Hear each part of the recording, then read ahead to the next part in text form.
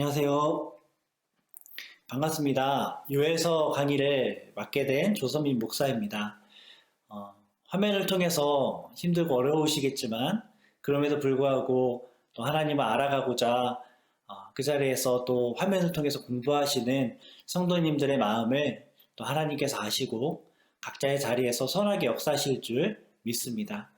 이 시간 기도하고 요엘서 강의 시작하도록 하겠습니다. 아버지 하나님, 우리를 사랑하사 이 땅에 예수 그리스도를 보내어 주시고 그로 말미암아 주의 이름을 부르며 구원을 얻고 누릴 수 있게 하신 은혜 감사드립니다. 그 은혜를 우리가 마음 가운데 새기며 이 시간 요엘서를 공부하려고 합니다. 하나님께서 역사하여 주시고 좌정하여 주셔서 구원의 큰 비밀과 기쁨을 우리가 알고 누리게 하여 주시고 다시금 하나님의 백성으로 온전한 삶을 살게 하여 주시옵소서. 이 모든 강의 시간 하나님께서 홀로 영광 받으실 줄 믿고 감사드리며 예수님 이름으로 기도드립니다.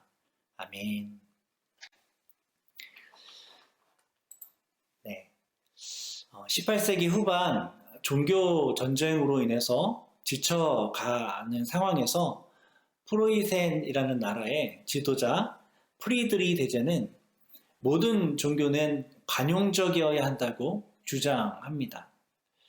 누구나 자기 나름대로 천국에 이를 수 있다고 말하면서 조금 더 계몽적이고 조금 덜 폭력적인 길을 선택합니다. 그리고 동시대에 뛰어난 역사가인 에드워드 기번은 로마 제국이 이러한 관용을 보유한 모델적인 나라다라고 말하면서 이 로마 제국의 종교를 묘사하는데 로마 시민들에게는 모든 종교가 참된 것이었습니다. 철학자들에게는 모든 종교가 거짓이었습니다. 정치인들에게는 모든 종교는 유용한 도구들이었습니다. 라고 말합니다. 당시의 종교가 어떠했는지, 어느 위치였는지를 우리에게 알려주고 있는데요. 오늘날도 많은 사람들이 종교의 다원화를 주장합니다. 좋은 게 좋은 거고, 너도 옳으면 나도 옳지. 어느 종교나 종점에는 구원이 있다고 그렇게 주장합니다. 그래야 전쟁이 없을 것 같고, 그래야 평안할 것 같고, 그래야 조금 더 지성인인 것 같고, 그래야 평화를 누릴 수 있을 것 같고, 그런 생각이 들어서 종교의 다원화를 주장하죠. 그러나 종교인들 사이의 화합보다 더 중요한 문제는 구원입니다. 정말 구원이 여타 다른 종교를 통해서도 주어질 수 있을까요? 정말 옳은 종교와 틀린 종교는 없는 것일까요? 과연 우리를 지으신 창조주는 존재할까요? 이 창조주는 우리 삶에 어떤 요구가 있을까요? 그리고 그 요청을 우리의 삶에 적용하는지 안 하는지 지켜보시고 관찰하시는 그 창조주가 계실까요? 이러한 문제는 일반 사람들에게는 별로 중요하지 않은 문제일 수 있습니다. 하지만 우리 그리스도인들에게는 매우 중요한 문제이고 여기에 대한 아주 강한 확신이 있습니다. 그래서 세상 사람들은 우리로 하여금 배타적이라고 이야기하고 트러블 메이커라고 이야기합니다. 그러나 우리는 이 질문에 대한 답을 찾아야 됩니다. 정말 옳은 것이 있고 틀린 것이 있는가? 정말 구원의 유일한 길이 있고 구원의 유일한 길이 없는 것일까? 이런 것들에 대한 답을 우리는 찾아가야 합니다. 하나님은 과연 누구를 구원하실까요? 그에 대한 답을 잘 알 수 있는 성경이 요엘서입니다. 무엇으로부터의 구원인지, 누구로부터의 구원인지, 심판받고 구원받을 자가 누구인지, 어떻게 구원에 이를 수 있는지, 이러한 내용이 사실은 요엘서의 핵심 주제이거든요. 구원에 대한 위대한 하나님의 계획이 이 요엘서를 통해서 어떻게 표현되고 있는지 우리 좀 기대하는 마음으로 오늘 공부를 시작하도록 하겠습니다. 요엘서의 저자는 요엘입니다. 그렇다면 요엘은 누구일까요? 요엘서에 따르면 요엘은 부두엘의 아들입니다. 부두엘이 누구인지에 대해서도 알려진 바가 없기 때문에 요엘의 가문이 어떤지도 우리는 알 수가 없습니다. 부두엘이라는 이름의 뜻이 하나님의 성실이라는 뜻이고요. 요엘이라는 이름의 뜻이 여호와는 하나님이시다 거든요. 이런 것으로 추측해 볼 때 경건한 집안 사람이 아닐까 하는 생각을 하게 되죠. 전제와 소제에 대한 언급이 나오는 것을 보아 제사장 집안 사람이라는 추측을 하기도 하는데 이건 역시 추측입니다. 또 성전과 예배에 관심을 기울이고 있는 것으로 볼 때 예루살렘 주변에 살고 있거나 성전 선지자가 아닐까 하는 생각들을 또 추측하게 되죠. 근데 이건 역시 추측입니다. 더구나 요엘이라는 이름 자체도 흔한 이름이었기 때문에 저자 요엘에 대해서는 정확히 알 수 있는 바가 없습니다. 다만 당시에 요엘에 대해서 부연적인 설명이 필요 없을 만큼 요엘이 당대에 잘 알려진 선지자였다라는 것은 우리가 알 수 있습니다. 이제 기록 시기에 대해 살펴볼 텐데요. 결론부터 이야기하자면 기록 시기도 알 수 없다입니다. 이런저런 학설들이 있지만 정확히 모릅니다. 그럼에도 불구하고 우리가 저자도 그렇고 지금 이 시간에 기록 시기에 대해서 좀 살펴볼 텐데 이것들을 자세히 살펴보는 이유는 성경을 해석하는 데 있어서 이것이 꽤 중요한 요소이기 때문에 그렇습니다. 성경을 통해서 하나님께서 저자와 기록 시기와 그리고 이 성경을 읽는 1차적인 독자에 대해서 성경 내에서 알려주고 있다면 우리는 반드시 그것을 공부해야 됩니다. 왜냐하면 성경이 그런 요소를 알려주었다는 것은 하나님께서 우리가 성경을 읽을 때 그러한 요소를 다 염두하고 이해하고 성경을 읽으라고 요구하는 것이기 때문에 그렇죠. 그래서 성경을 정확하게 해석하기 위해서는 저자가 누구인지, 기록된 시기가 언제인지, 누구를 대상으로 쓴 성경인지, 당시 상황이 어땠는지를 꼼꼼하게 살펴볼 필요가 있습니다. 자, 그럼 첫 번째 기록 연대를 알려줄 수 있는 단서는요, 메뚜기 재앙입니다. 요엘 1장과 2장에 메뚜기 재앙에 대한 언급이 나오는데 모든 학자들은 이 요엘서가 메뚜기 재앙이 일어난 다음에 쓰여진 것이다 라고 말합니다. 사실 어찌 보면 당연하죠. 메뚜기 재앙이 일어났다고 이제 이야기하고 있기 때문에 그렇습니다. 그렇다면 메뚜기 재앙이 언제 일어났을까요? 근데 안타깝게도 당시 메뚜기 재앙은 매우 흔한 재앙이었습니다. 오늘날까지도 아프리카 중동 지역에서는 크던 작던 메뚜기 재앙이 일어납니다. 방역을 할 수 없었던 당시에는 더더욱 많은 끔찍한 재앙들이 메뚜기로 인해서 일어났겠죠. 그러니 메뚜기 재앙이 일어난 다음이라는 단서만 가지고는 도대체 언제 이 요엘서가 쓰여졌는지를 우리가 추측을 할 수가 없습니다. 또 두 번째 기록 연대를 알려주는 단서는 성전입니다.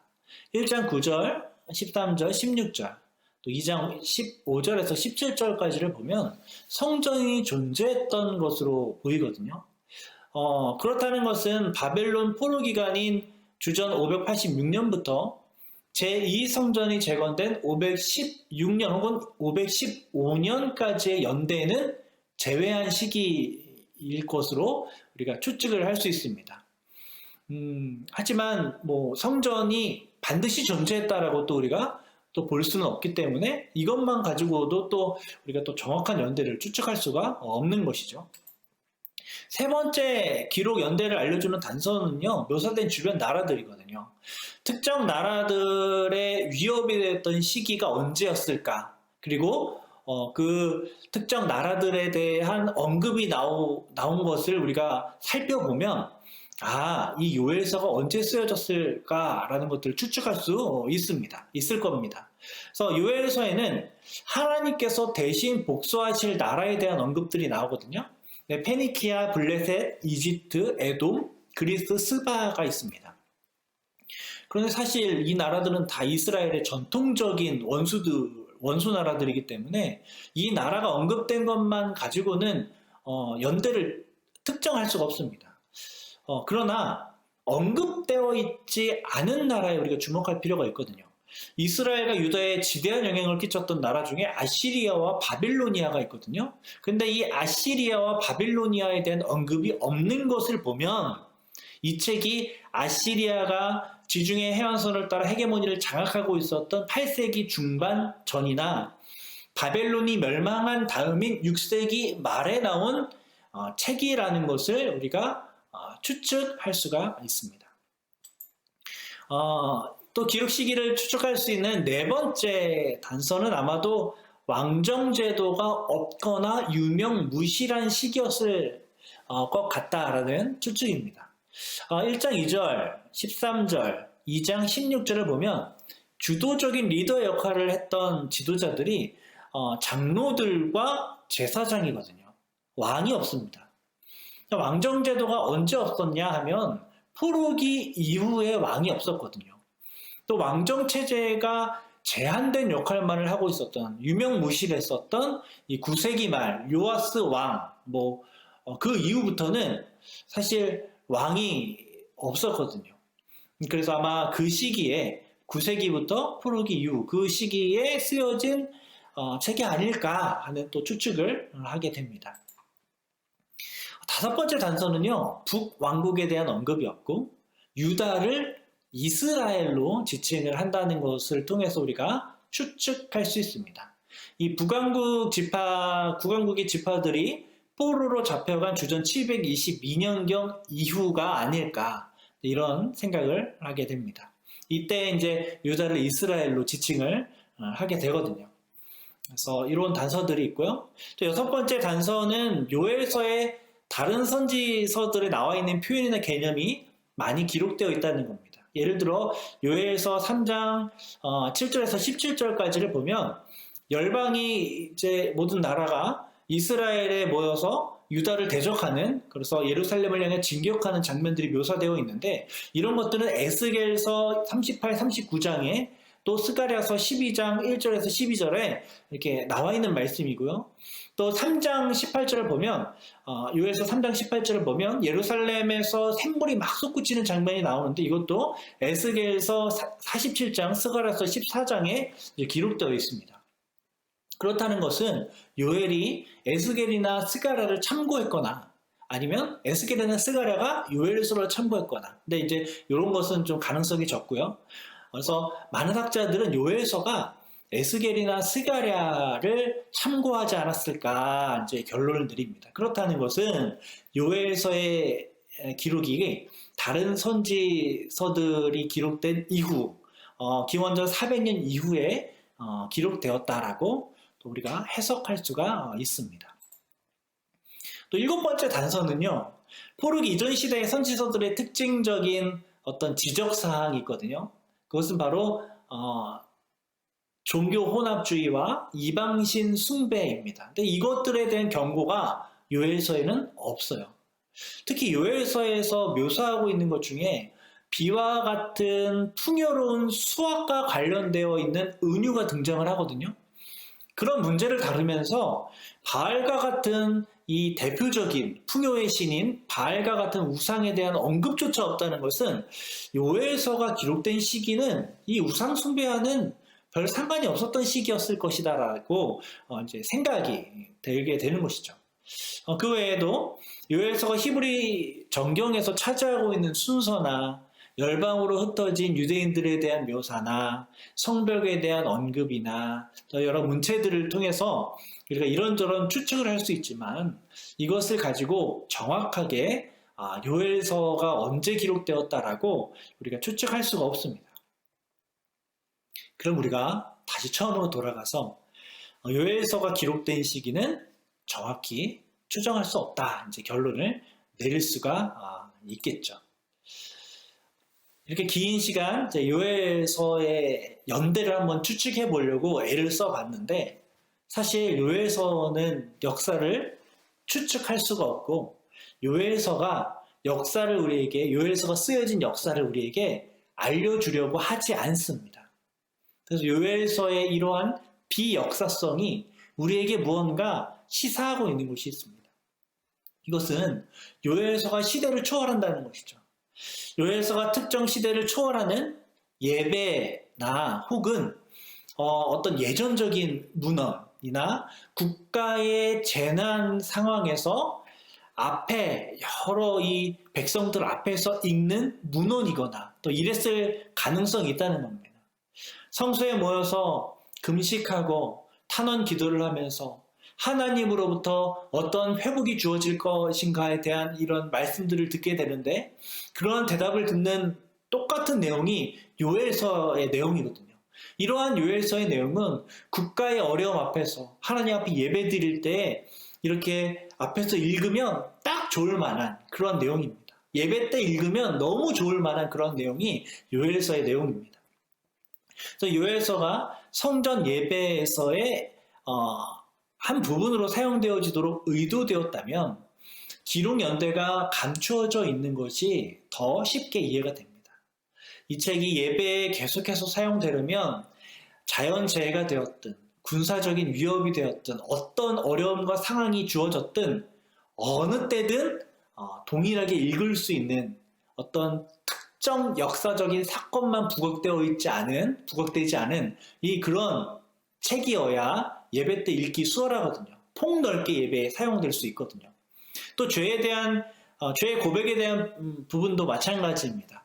어떤 죄를 특정하지 않고 있습니다. 요엘서에서는 회개를 촉구를 하고 있는데요. 이 백성을 공경에 처하게 만든 그 죄가 무엇인지를 특정하고 있지 않습니다. 사실 죄의 문제는 역사시대 지역 공간을 초월해서 언제나 있는 문제입니다. 동시에 역사시대 지역 공간에 따라 경계해야 되는 특정 죄가 언제나 있습니다. 나타납니다. 이런 다양한 죄들에 대해서 예배 중에 회개할 때 사용되는 문헌이라 하면은 덜 구체적일수록 그 용도가 다양해질 수 있습니다. 두루뭉실하게 죄에 대한 회개를 요청할 때 여러 상황에서 다 범용적으로 사용될 수 있는 예배의 문헌이 될 수 있는 것이죠. 이러한 요엘서의 비역사성은 1장 3절에 너희는 이 일을 너희 자녀에게 말하고 너희 자녀는 자기 자녀에게 말하고 그 자녀는 후세에 말할 것이니라 라는 이 요엘 자체의 표현을 통해서도 우리가 알게 됩니다. 우리가 요엘서를 읽을 때는 특정 시대에 한정되어 해석하려고 하면 안 됩니다. 자녀가 자녀에게, 그 자녀가 후세에게 계속해서 전해야 할 만큼 요엘의 메시지는 시대를 초월하는 우주적인 메시지라는 것이죠.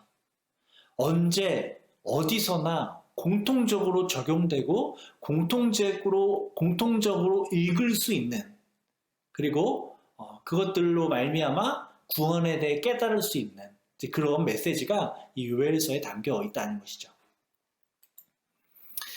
이제 요엘서의 구성을 좀 살펴볼 텐데요. 요엘서의 스토리라인을 크게 보면 1장에서 하나님께서 메뚜기 떼 재앙으로 심판하시겠다 이야기하고요. 그 다음에 2장에서는 이것보다 더 무시무시한 심판이 또 기록되어 있는데 2장 1절부터 17절까지는 하나님이 야훼의 나라의 이스라엘 유다를 심판하실 것이라고 말씀하고 있습니다. 그러나 2장 18절에서 32절에는 아주 중요한 또 반전이 나오는데 너희들이 회개하면 용서하고 구원할 것이다 라는 메시지가 나옵니다. 그리고 3장에 가면 나중에 열방이 예루살렘에 모여서 전쟁을 하겠지만 하나님이 열방을 심판하시고 예루살렘을 궁극적으로 구원하시겠다라는 또 말씀이 나오죠. 그래서 간략하게 이제 그림으로 표현하면 심판, 더 큰 심판, 회개, 전쟁, 구원 이런 스토리 라인이 우리가 이 요엘서에서 볼 수 있는 스토리 라인입니다. 이 스토리 라인에서 우리가 또 주목하여 보게 되는 것은 시제이거든요. 1장은 현재 시제로, 2장 17절까지는 가까운 미래 시제로, 2장 18절부터 3장까지는 먼 미래에 일어날 일들로 이제 표현하고 있습니다. 현재 당하는 고난의 상황 속에서 가까운 미래까지 계속될 더 큰 고난에 대해서 우리가 경고를 받고 회개를 통해 주어질 먼 미래의 구원에 대해서 우리 가운데 이야기해주고 있는, 그래서 이 먼 미래에 나타날 그 최종적인 심판과 최종적인 구원을 바라보게 하려는 그런 의도가 이 요엘서에 담겨 있습니다. 조금 더 구체적으로 이 구조를 이제 살펴보면요. 먼저 땅으로 인한 슬픔에 대한 내용과 또 땅으로 인해서 기쁨을 누리게 되는 이 반전의 내용이 또 있고, 메뚜기 심판과 마지막 날에 주어질 더 큰, 더 무시무시한 심판에 대한 내용들, 그 다음에 결국 이것들로 인해서 회개를 요청하는 것과 또 성령의 기름이 부어지게 되는 것, 이런 것들을 우리 가운데 이야기해주고 있습니다. 그래서 가장 중요한 핵심 메시지는 시겠죠. 결국 하나님께서 우리에게 요구하시고 약속하시는 것, 그것이 바로 회개이고 성령의 기름 부음입니다. 회개를 통해서 주어지는 성령의 기름 부음, 그리고 그것을 통한 구원, 이것이 바로 요엘서의 핵심 메시지라고 할 수 있습니다. 이 핵심 메시지를 더 분명하게 전달하기 위해서 두 가지 아주 중요한 개념이 나오는데요. 하나는 메뚜기이고요. 하나는 여호와의 날입니다. 그럼 메뚜기를 한번 먼저 좀 살펴보겠습니다.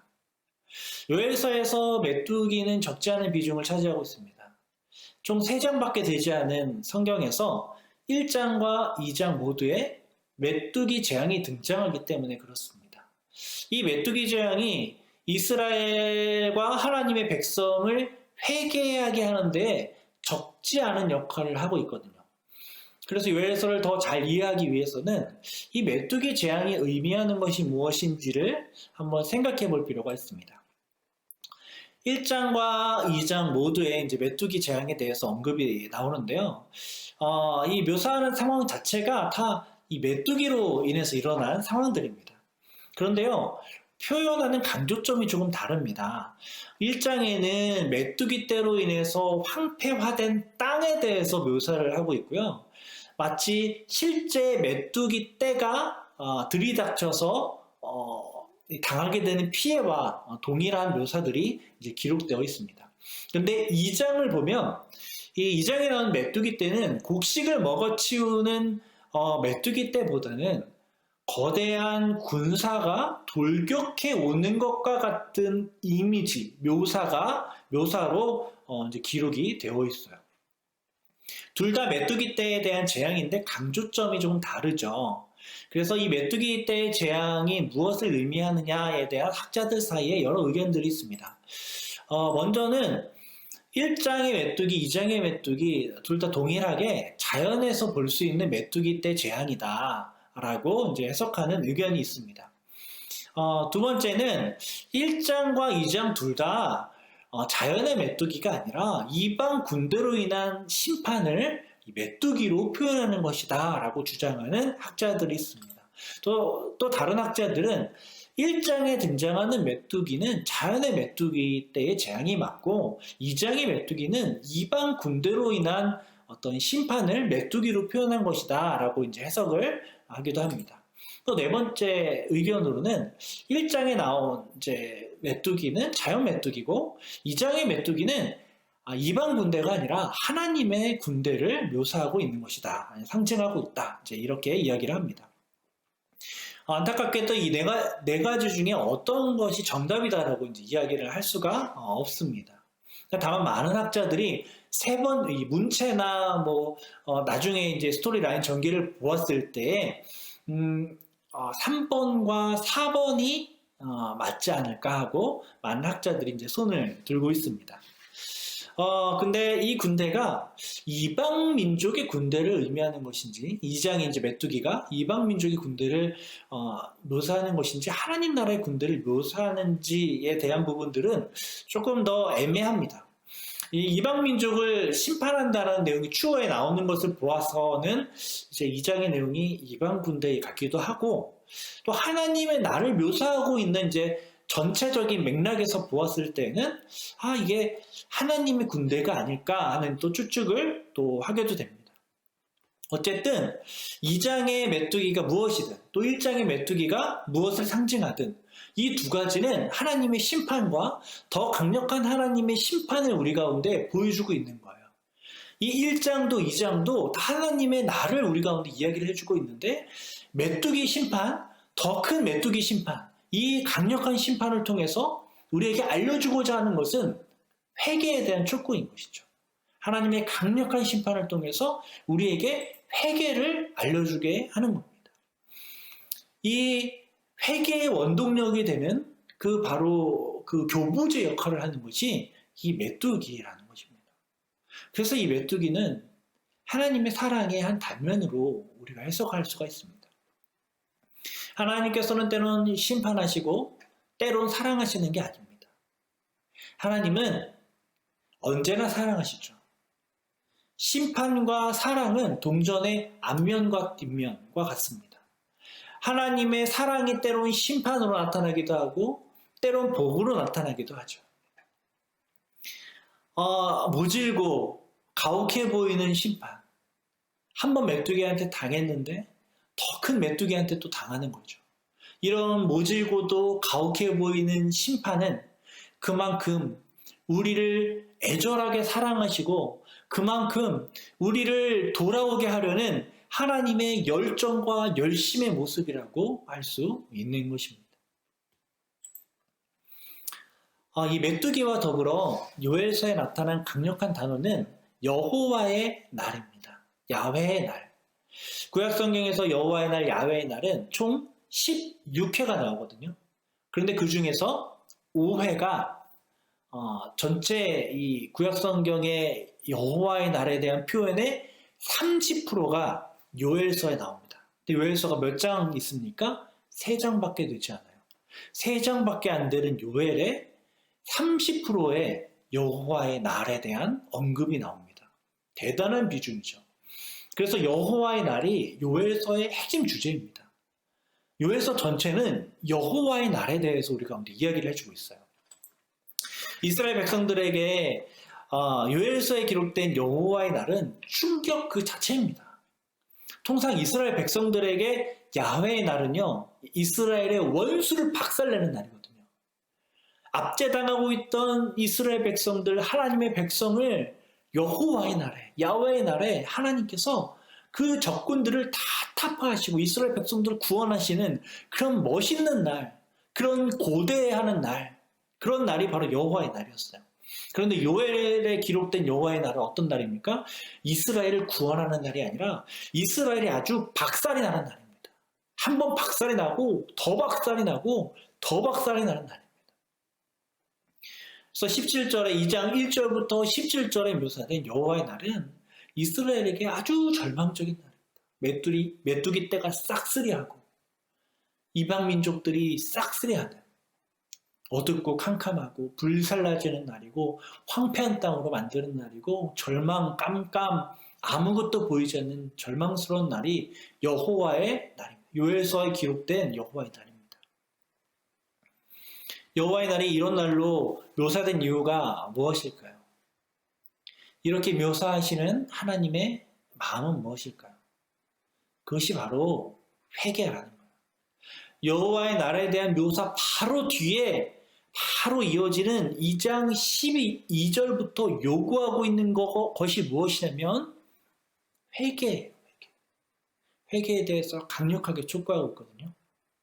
2장 12절 13절에 보면 회개에 대한 내용을 보면 요엘서에서 매우 중요한 핵심 구절 중에 하나인데 회개란 무엇이냐? 옷을 찢지 말고 마음을 찢으며 여호와께로 돌아가라. 이게 바로 이 요엘서에서 말하고 있는 이 회개입니다. 한마디로 돌이킴이죠.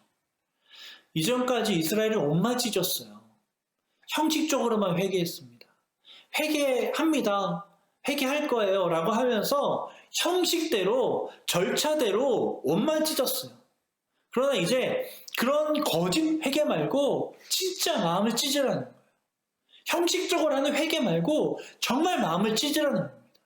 너의 인간 존재의 중심인 그 마음을 찢고 이제 가던 걸음을 멈추고 여호와께로 돌이키라는 거예요. 말로만 하지 말고 정말 마음을 찢고 여호와께로 돌이키라는 거예요. 회개하라는 겁니다. 메뚜기 떼가 싹쓸이 할 거야. 이방 군대가 싹쓸이 할 거야. 더 심해질 거야. 더 큰 심판이 임할 거야. 더 큰 심판이 임할 거야. 그러니까 마음을 찢고 여호와께로 돌이켜라. 이 바로 요엘서의 메시지라는 것이죠. 그렇게 회개가 이루어지는 그 날에 이제 여호와의 날에 역전이 일어나는데요. 2장 18절을 보면 그때 여호와께서 자기의 땅을 극진히 사랑하시어 그의 백성을 불쌍히 여기시며 역전의 일을 행하십니다. 이러한 하나님의 역전의 역사를 보여주는 단어가 바로 이른 비와 늦은 비입니다. 이스라엘 땅에는 4월부터 10월까지 우기고요. 10월부터 11월까지는 이제 4월부터 10월까지 비가 없는 건기고 10월부터 11월까지 이제 우기가 시작되는데 이 우기가 시작되는 이때 내리는 비가 바로 이른 비입니다. 이 많이 와야 되는 것이죠. 그리고 그 다음에 봄에 내리는 비가 늦은 비거든요. 이 이른 비와 늦은 비가 없으면 이스라엘 땅은 황폐해지게 됩니다. 아무 소출을 거두지 못하게 돼요. 메뚜기 떼와 이어지는 기근으로 황폐해진 땅에 이 땅을 회복시키고자 하는 하나님의 역전의 약속이 바로 이 이른 비와 늦은 비라는 겁니다. 그런데 이 비라는 말이요, 히브리어로 모레인데요. 비라는 뜻도 있지만 선생이라는 뜻도 있어요. 그리고 이른 비라는 단어에서 이르다라는 뜻은 리츠다카라는 단어인데요. 적당한 이르다라는 뜻과 함께 의로운이라는 뜻도 있어요. 그러니까 이른 비를 내려주시겠다라는 말은 의로운 선생을 보내주시겠다라는 뜻이 담겨있는 말씀입니다. 회개하면 의로운 교사를 보내주시겠다라는 말씀인 것이죠. 그리고 이제 이른 비와 늦은 비, 의의 교사를 보내주시고 나면 그 이후에 주어지는 아주 중요한 말씀이 나오는데요. 2장 28절에 보면 그 후에 내가 내 영을 만민에게 부어주리니 라고 시작되는 아주 유명하고 중요한 말씀이 이제 이후에 나옵니다. 성령을 부어주시는 것이죠. 성령을 만민에게 부어주신다 말씀하십니다. 옛 성경으로는 이제 모든 사람에게 부어주신다 이제 말씀하고 있죠. 여기서 사람이라는 단어가요, 바사르라는 단어인데 사실 육체라는 의미입니다. 즉 모든 육체에 성령을 부어주시겠다 이제 이런 의미예요. 여기서 의미하는 육체는 망가지기 쉬운, 깨지기 쉬운, 연약한 한계가 있는 그런 육체를 의미하고 있는 거예요. 즉 모든 연약한 육체에게, 모든 깨지기 쉬운 육체에게 강력한 성령의 기름 부음을 부어주셔서 구원하시고 승리케 하실 것이다 라고 말씀하고 있는 거예요. 이 연약한 육체에 강력한 영이 부어지면 어떤 일들이 일어날까요? 자녀들이 장래일을 말하고 늙은이가 꿈을 꾸고 젊은이가 이상을 보게 됩니다. 장래일을 말하고 꿈을 꾸고 이상을 보게 된다는 것, 그것이 의미하는 것이 무엇입니까? 이 모든 것들은 다 계시의 수단이죠. 예언하고 꿈을 꾸고 이상을 보는 것, 이거 다 하나님 계시의 수단입니다. 성령이 임하니까 모든 연약한 육체가 하나님의 계시를 깨닫고 선포하게 된다는 거예요. 그래서 하나님과 깊은 친교 가운데 나아가게 된다는 것입니다. 모세나 여호수아나 선지자나 제사장이나 그런 특별한 사람들에게나 주어졌던 그 놀라운 계시의 은혜가 모든 육체에 부어진다는 거예요. 연약한 육체를 가진 모든 사람들에게 부어진다는 거예요. 그러니까 여호와의 날은 어떤 날입니까? 회개하여 역전이 일어나 성령의 충만함을 받아 하나님의 친밀한 교제 가운데로 들어가게 되는, 구원받는 그 구원의 날이 된다는 것입니다. 우리는 이제 이 놀라운 요엘의 예언이 신약 성경에서 성취되는 것을 보게 됩니다. 성경은 예수님을 의의 교사로 묘사하죠. 특별히 마태복음에서는 예수님을 교사로서 강력하게 묘사하고 있습니다. 그 예수님께서 십자가에 달려 죽으시고 부활하셔서 승천하시면서 성령을 보내어 주시죠. 오순절에 성령이 임하여 예언하고 방언하게 되죠. 어부들이 성령을 받아 하나님의 계시를 깨닫게 되죠. 그 이야기들이 이미 요엘에 다 예언하고 있었던 하나님의 말씀이다라는 것입니다. 특별히 로마서 10장 9절에서 13절은 너무 유명하고 요엘서를 공부하면 꼭 알아야 할 말씀이기도 한데, 우리 함께 로마서 10장 9절에서 13절 말씀 읽어보도록 하겠습니다. 내가 만일 내 입으로 예수를 주로 시인하며 또 하나님께서 그를 죽은 자 가운데서 살리신 것을 내 마음에 믿으면 구원을 받으리라. 사람이 마음으로 믿어 의에 이르고 입으로 시인하여 구원에 이르느니라. 성경이 이르되 누구든지 그를 믿는 자는 부끄러움을 당하지 아니하리라 하니 유대인이나 헬라인이나 차별이 없음이라. 한 분이신 주께서 모든 사람의 주가 되사 그를 부르는 모든 사람에게 부요하시도다. 누구든지 주의 이름을 부르는 자는 구원을 받으리라. 누구든지 주의 이름을 부르는 자는 구원을 받으리라. 이것이 요엘이 알려주고 있는 구원의 길입니다. 로마서의 이 맥락에서, 그리고 요엘서에서 주의 이름을 부르는 것은 두 가지 의미를 내포하고 있습니다. 첫째는 지속적으로 여호와의 이름을 부르는 것이죠. 두 번째는 적대적인 환경과 상황 속에서도 여호와의 이름을 부르는 것입니다.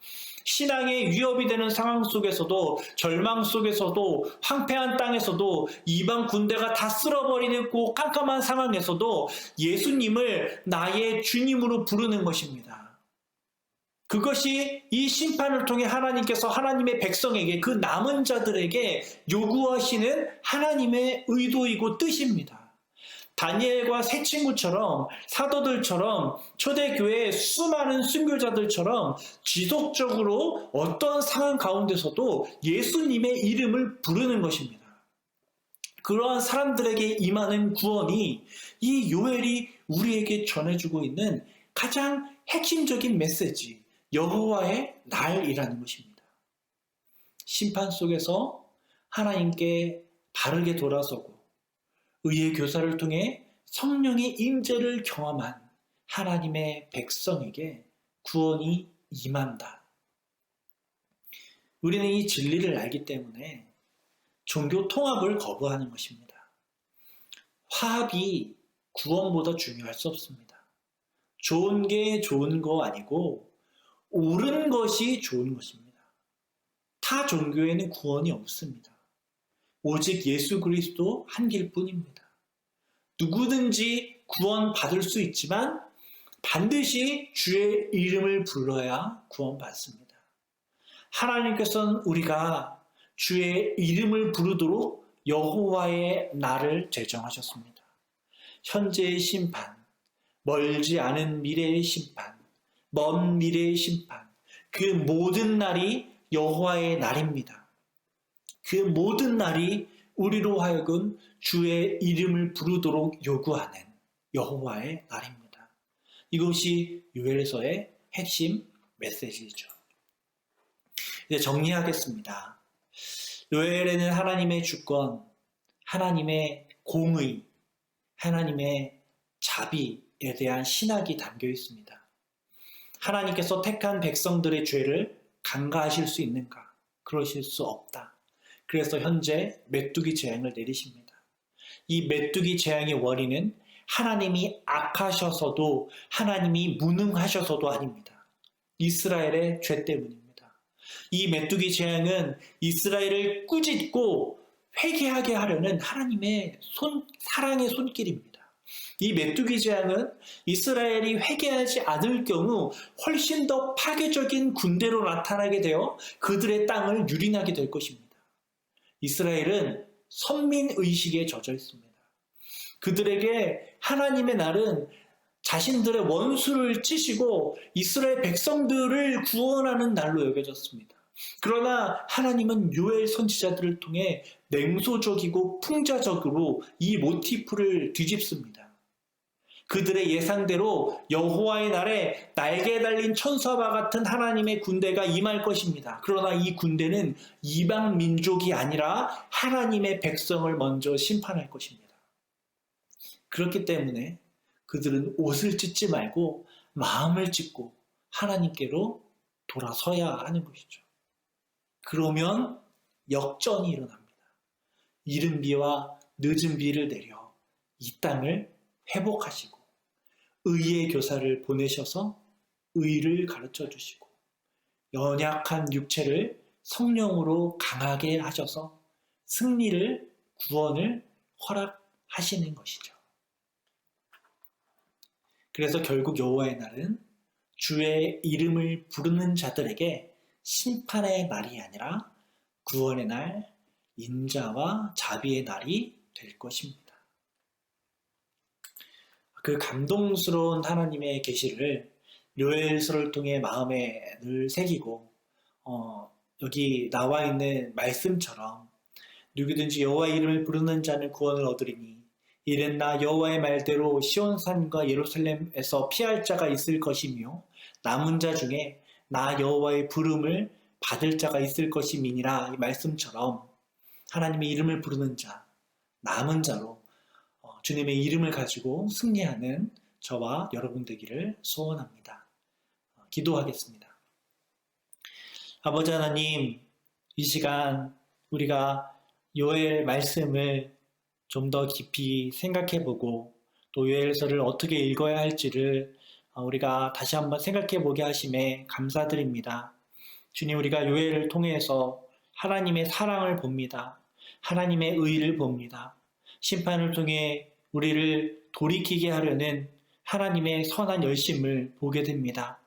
이 모든 일들이 우리 가운데 적용되어지고 이 모든 것들이 우리의 삶 가운데 우리 앞으로 나아가는 모든 길들 가운데 적용되어져서 우리가 회개하고 돌이키고 우리가 주님께 가르침을 받아 주님의 이름을 부르며 성령 충만함으로 승리의 삶을 살아가는 우리 모두가 되게 하여 주시옵소서. 아버지 하나님, 말씀을 읽을 때마다 은혜를 허락하여 주시고 주님께 꼭 붙어서 승리하는 우리가 되게 하여 주시옵소서. 하나님, 말씀하신 대로 우리 가운데 이루실 줄 믿고 감사드리며 예수님 이름으로 기도드립니다. 아멘. 네, 감사합니다.